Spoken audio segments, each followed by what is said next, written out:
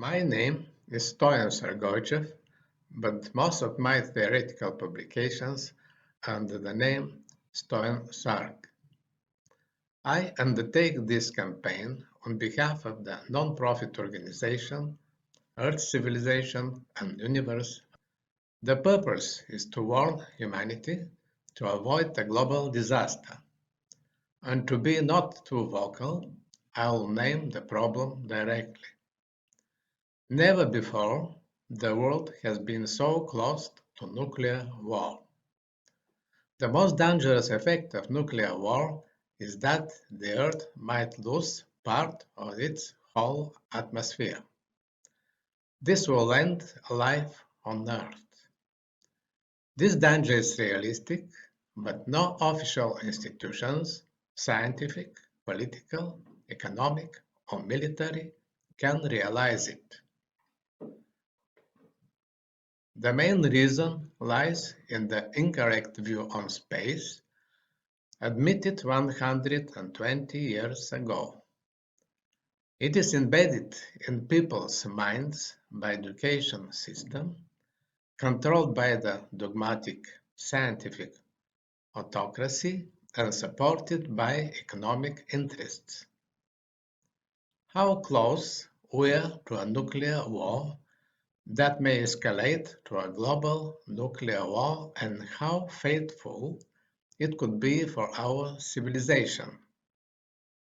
There is no case in the history of wars when one of the countries does not use its most powerful weapon if it is going to be defeated.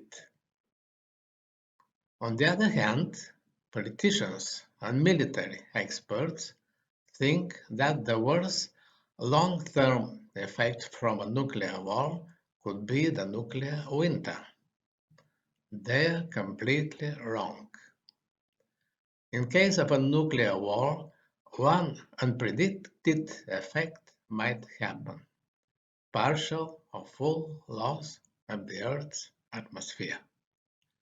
It will put an end to the life on our beautiful planet. In the past, a similar event happened to Mars. It has been triggered by two super-strong explosions of unknown origin, similar to thermonuclear explosions in the atmosphere. Such a conclusion was made by the US space scientist John Brandenburg and reported at the NASA conference in 2015.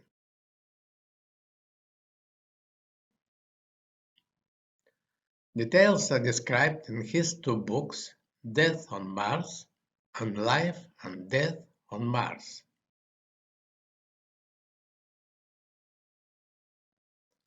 Why such most dangerous disaster for our civilization is not foreseen by politicians and military experts. The reason is in the theoretically imposed misconception about space, known as physical vacuum, and considering that it is empty. But why the alternative concept of the etheric space is ignored?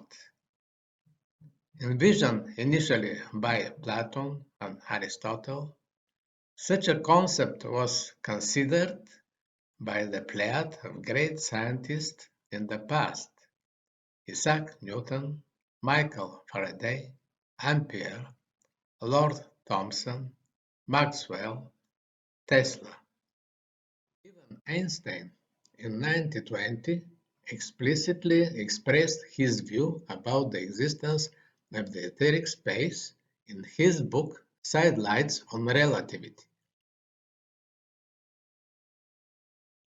And he repeated it in an authentic movie. Although skeptics often point to Einstein's theory of relativity, it was Einstein who in 1920 said, "There are weighty arguments to be adduced in favor of the ether hypothesis. To deny the ether is ultimately to assume that empty space has no physical qualities whatsoever. According to the general theory of relativity, Space is endowed with physical qualities. In this sense, therefore, there exists an ether. According to the general theory of relativity, space without ether is unthinkable. Educational institutions keep silent about this.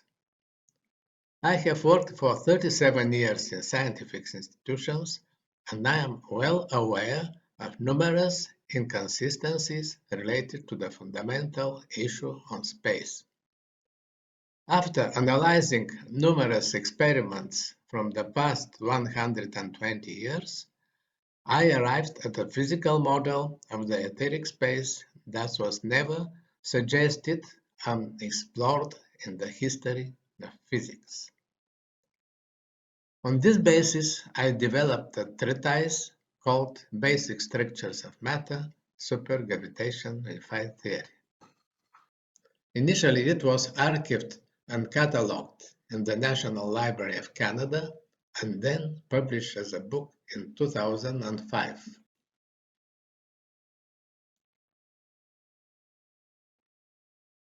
It is on sale by Amazon.com. Using the models from the theory, I analyzed many unclassified records of nuclear tests in the atmosphere. I concluded that a specific anti-gravity effect develops in the first few seconds of the explosion. In these consecutive frames of a nuclear test, you may see that a column of low pressure arising from the Earth's surface intercepts the super high pressure expanding zone of the explosion.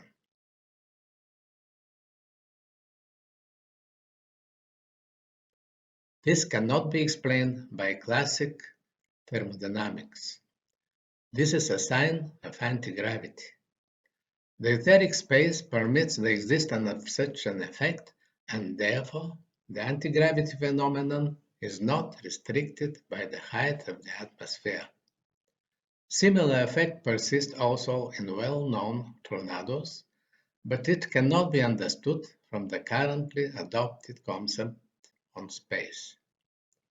Very often, a few tornadoes have been observed in the surrounding zone of the nuclear tests in atmosphere.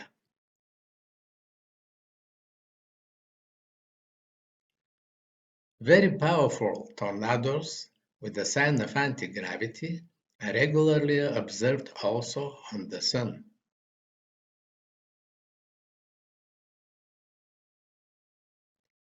Despite its huge gravity, they throw an enormous mass of gas plasma into space. Details about sign of anti-gravity and the unpredicted danger in case of nuclear war are described in the memorandum to save our civilization from self-destruction. From the other hand, understanding the physics of anti-gravity could be beneficial for the whole humanity. It will open a possibility for a new kind of space travel.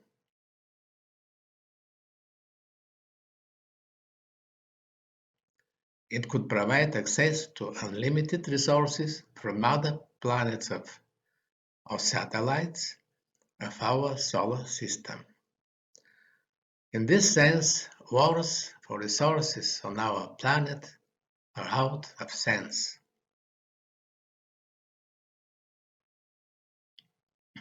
I had 35 years in space research programs in Europe, USA, and Canada. Due to the originality of my theory and the predicted applications in variety of fields, I was invited as a speaker at about 24 international conferences.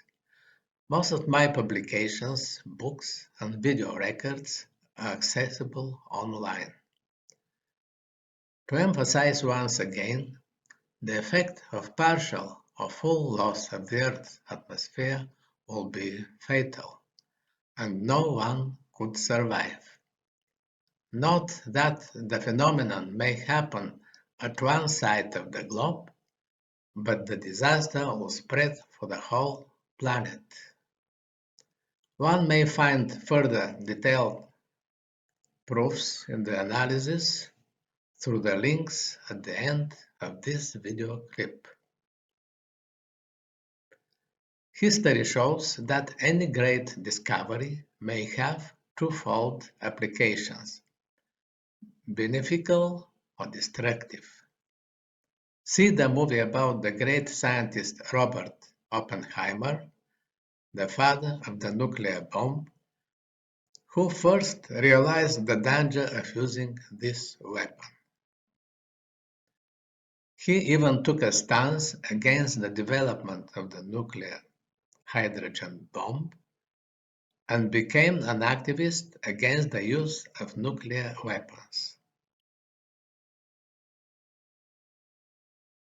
If there is another world war, this civilization may go under.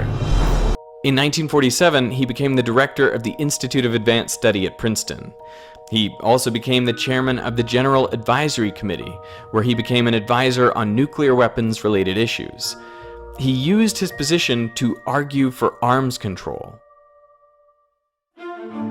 In August 1949, the Soviet Union tested their first atomic weapon.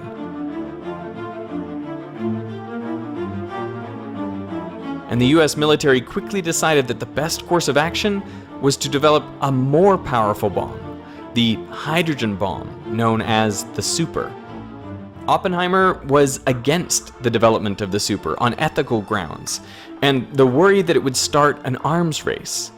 But Truman's administration pushed through, and 3 years later, Ivy Mike, the first hydrogen bomb, was tested in the Marshall Islands. It had a yield of 10.4 megatons of TNT,